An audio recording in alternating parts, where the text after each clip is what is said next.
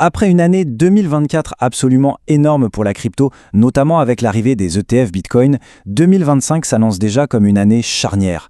Une année pleine de promesses, oui, mais aussi de risques. D'ailleurs, les prédictions les plus folles circulent déjà. En se basant sur les cycles passés et l'arrivée massive d'argent institutionnel, certains analystes voient le Bitcoin atteindre un sommet, tenez-vous bien, aux alentours de 124 000 $. Un chiffre assez dingue. Mais bon, on le sait, la valeur d'une technologie, ça ne se résume pas juste à son prix. Au-delà des graphiques et des prédictions, il y a 4 vraies questions de fond qui se posent et qui pourraient bien définir tout l'avenir de l'écosystème. Alors, voici les grands thèmes qu'on va aborder ensemble. D'abord, on parlera de la menace quantique, une vraie question de sécurité. Ensuite, on se demandera si une nouvelle saison pour les altcoins est possible. Troisième point, la révolution des actifs du monde réel.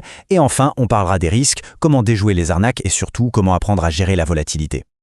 Allez, on commence tout de suite avec la première question et elle touche vraiment au cœur du réacteur, à la sécurité même de la blockchain. C'est un défi technologique qui se profile à l'horizon, l'ordinateur quantique. En fait, tout le conflit est là. D'un côté, on a la sécurité actuelle des blockchains, qui reposent sur des algorithmes qu'on considère aujourd'hui comme inviolables. De l'autre, on a la menace d'un ordinateur quantique assez puissant pour, potentiellement, tout casser et rendre ses protections complètement obsolètes.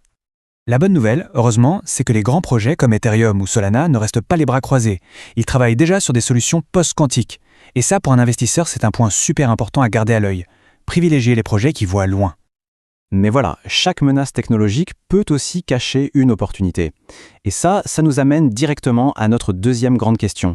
Après la montée en puissance du Bitcoin, est-ce que 2025 pourrait être l'année d'une nouvelle saison pour les altcoins ? On parle ici du fameux concept d'alt season. C'est un phénomène qu'on a déjà vu plusieurs fois dans le passé. Une fois que le Bitcoin se calme un peu, les capitaux commencent à se déplacer vers d'autres projets jugés à fort potentiel. Alors, quels projets sont dans le viseur ? Il y a Ethereum, évidemment, surtout avec la perspective d'un ETF qui pourrait débloquer des sommes folles, mais il y a aussi des concurrents sérieux comme Solana qui attire beaucoup pour sa rapidité, ou encore Avalanche, un autre acteur majeur de cet écosystème très performant. La troisième question est peut-être la plus profonde. Elle ne concerne pas juste les cycles du marché, mais un changement fondamental dans la manière même dont la finance pourrait fonctionner à l'avenir. Tout tourne autour de ce qu'on appelle la tokenisation des actifs du monde réel, ou RWA en anglais. Et ça pourrait vraiment tout changer. L'idée est simple mais puissante. Transformer quasiment n'importe quel actif, que ce soit de l'immobilier, de l'art, des obligations, en un jeton numérique qu'on peut échanger facilement sur une blockchain. Imaginez pouvoir acheter une petite part d'un immeuble à New York aussi simplement qu'on achète du Bitcoin aujourd'hui. Le point crucial à comprendre, c'est que ce n'est pas juste une petite tendance dans le monde de la crypto. Non, c'est une véritable évolution structurelle, qui pourrait complètement effacer la frontière entre la finance traditionnelle et la finance décentralisée. Forcément, qui dit autant d'opportunités dit aussi un risque accru. Les acteurs malveillants sont attirés par l'argent et l'innovation, ce qui nous amène à notre quatrième et dernière question, une question de risque personnel. Malheureusement, la popularité de la crypto a fait exploser le nombre d'arnaques. Que ce soit les pump and dumps, ces jetons d'influenceurs qui ne reposent sur rien, ou encore les fausses plateformes qui promettent monts et merveilles, la prudence est de mise. Face à toute cette complexité et ces risques, la meilleure défense reste la connaissance. Ça nous ramène à une règle d'or, une règle qu'on attribue souvent aux plus grands investisseurs, n'investir que dans ce que l'on comprend. Dans un marché où les promesses volent dans tous les sens, la clarté, c'est la meilleure des protections.